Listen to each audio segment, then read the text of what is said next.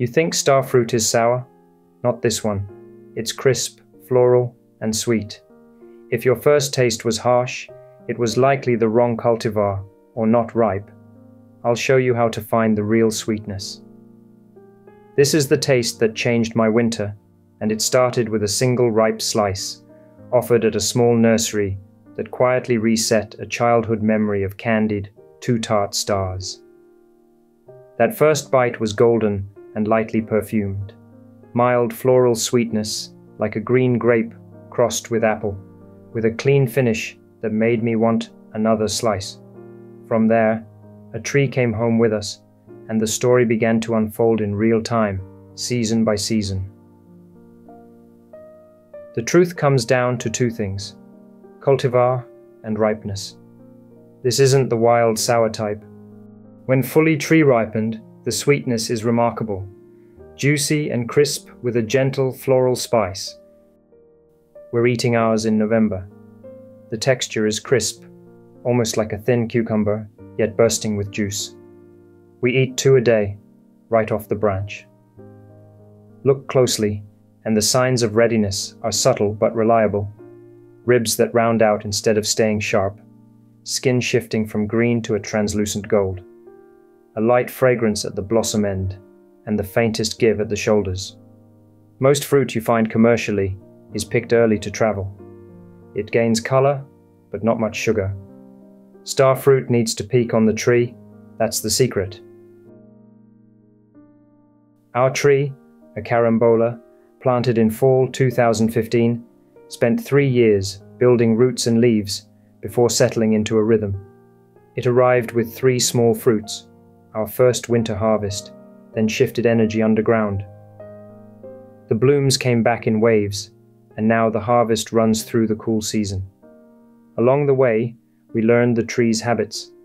Tiny lilac pink flowers that are easy to miss until they mass into a delicate haze.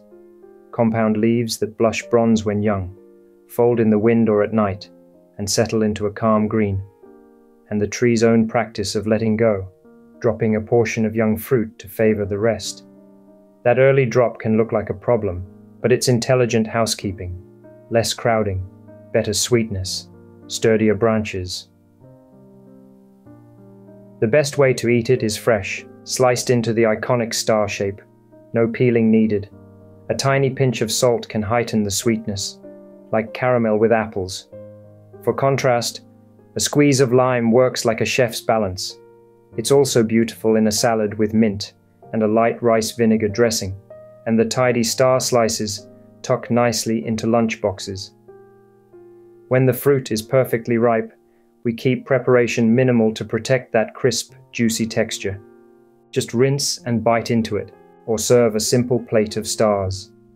For anyone who grew up with candied slices in syrup, tasting a fully ripe fresh star fruit is a world apart. If you get a bumper crop, the flavor is wonderfully flexible. A quick 3-minute toss in a hot pan with ginger and a drizzle of honey turns it jammy at the edges. Our biggest surprise is dehydrating the sliced stars. They become sweet, slightly chewy candy that stores well. A simple compote lands on yogurt or oatmeal, and a light stir-fry with snap peas or bell pepper keeps the fruit's brightness intact. You can also do a quick pickle, thin slices, a mild brine, and a day in the fridge. It brings out a refreshing tang without overwhelming the fruit's perfume. Before you rush out to buy one, a crucial safety note. This fruit isn't for everyone. Star fruit is high in oxalates. If you have kidney issues or follow a restricted oxalate diet, avoid it. And if you have a sensitive system, enjoy it sparingly. For everyone else, treat it like citrus. Wonderful, just not too much. Choosing fully ripe fruit and trimming away the green tips helps. And we also ferment a small batch this year in a 2% salt brine, which will lower oxalate levels while adding a gentle tang. This tree is a lesson in patience and strategy. Years of leaves before years of sweetness. The bigger challenge isn't growing the fruit, it's keeping it now. Wind and frost can undo a season overnight. We've lost nearly 100 fruits in a single Santa Ana windstorm. This year, the winds have been kinder so far, and the tree is holding its stars. What helps in our small yard? Planting in a warm, wind-sheltered corner, harvesting a shade early before a forecast blow, thinning heavy clusters on exposed branches, lifting the skirt and clearing dead wood for airflow, and deep, regular watering with a mulch ring over well-drained soil. For frost, we don't cover. The tree is now too tall. The upper tips may burn slightly, but it pushes fresh growth in spring and resets for bloom. We also pay attention to the quieter details that make a difference over time. Soil that drains well, yet holds moisture, keeps the root zone comfortable. A ring of mulch, kept off the trunk, moderates temperature and saves water. Compost in late spring, and again, when flowers turn to tiny fruit, feeds the tree without pushing leaves at the expense of sweetness. When we prune, we work after harvest, raising the canopy to clear paths and opening the interior so light can reach the middle branches. Star fruit wood is flexible. The goal is a fountain shape that moves with wind, not a rigid sculpture that snaps. Over the years, learning the tree's calendar has made care easier. In Los Angeles, the most reliable fruit matures from late fall into winter. Flowers can appear several times a year. A flurry of blossoms may be followed by a quiet week, and then another blush of color.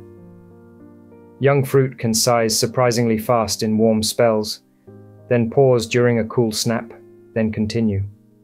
We let the tree lead and respond with small, useful actions. Water deeply after a dry, windy day. Thin clusters on branches that rub the fence. Pick a little early if a strong gust is coming. And accept that some years have more stars on the ground than in the bowl. Starfruit's story reaches beyond our fence. Native to tropical Southeast Asia, especially Malaysia and surrounding regions, it traveled through South Asia and, in time, into the Caribbean, Central America, Florida, and warm pockets of coastal California. In Chinese markets, you'll find it as 杨桃.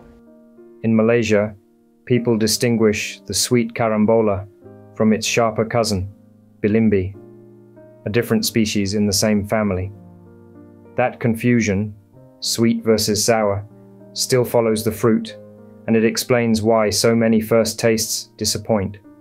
Names travel, flavors change with cultivar and climate. Patience is required at every step. In the end, this tree asks for patience and offers brightness in return. On a cool morning, one golden star on a small plate feels like a promise kept, crisp, fragrant, and quietly celebratory. If your memory of carambola is tart, I hope this helps you meet the sweet one. And if you already grow it, I'd love to hear how you guide your tree through wind and winter. Until next time, happy gardening.